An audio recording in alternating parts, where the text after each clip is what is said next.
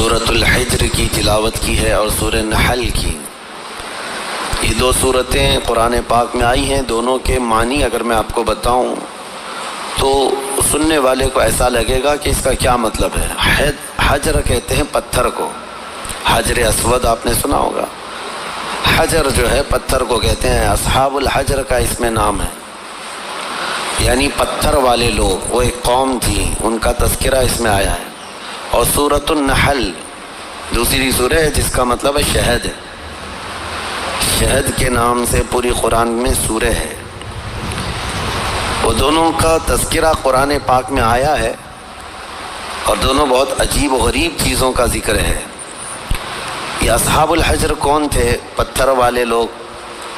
یہ ایک ایسی قوم تھی، بہت اونچے چوڑے لمبے لوگ تھے، بڑے طاقتور لوگ تھے.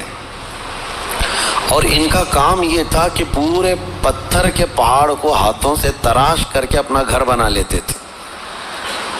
یہ معمولی بات نہیں ہے، یعنی پتھر کو ڈیزائن کرنا، تراشنا اور اس کے اندر جو ہے دروازے بنانا، کمرے بنانا، سب پہاڑ کے اندر ہی ہوتا تھا. باقی کوئی چیز اینٹ سیمنٹ سے جس طرح دیواریں بنائی جاتی ہیں نہیں ہے. یہ وہ آج بھی ان کے بنائے ہوئے گھر موجود ہیں. مدائن صالح اس کو کہا جاتا ہے. سعودی عرب میں یہ شہر موجود ہے الاولا نام سے. اب ان لوگوں نے اس کو پکنک پوائنٹ بنا دیا ہے. پہلے وہاں کوئی جاتا نہیں تھا، لیکن اب ہر چیز میں پیسہ چاہیے تو اس کو بھی ٹورسٹ پلیس کے طور پر کھول دیا گیا. تو یہ حضرت صالح علیہ السلام کی قوم ہے. حضرت صالح علیہ السلام کو اس قوم کی ہدایت کے لیے بھیجا گیا تھا. تو حضرت صالح علیہ السلام آئے. اس قوم کو قوم سمود بھی کہا گیا ہے. اکڑ بھی بہت تھی، گھمنڈ بھی بہت تھا. جتنے لمبے تھے اتنے گھمنڈ بھی تھے، متکبر تھے.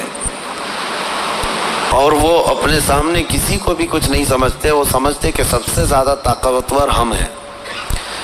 اور بڑے فنکار لوگ تھے. تو جب حضرت صالح علیہ السلام ان کے پاس آئے اور ایمان کی انہیں دعوت دی.